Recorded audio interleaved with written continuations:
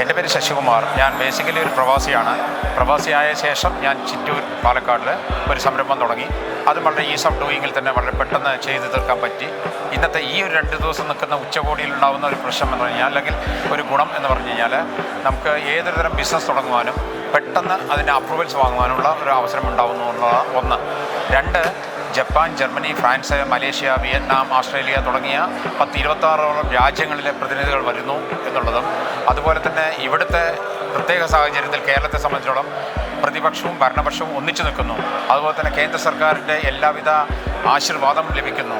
അപ്പോൾ വികസനത്തിന് രാഷ്ട്രീയം ഒരു പ്രശ്നമല്ല എന്നുള്ളൊരു സന്ദേശം ഇതിൽ വളരെ നന്നായി കൊടുക്കുന്നു എന്നുള്ളതാണ് നമുക്ക് മനസ്സിലാക്കാൻ സാധിക്കുന്നത്.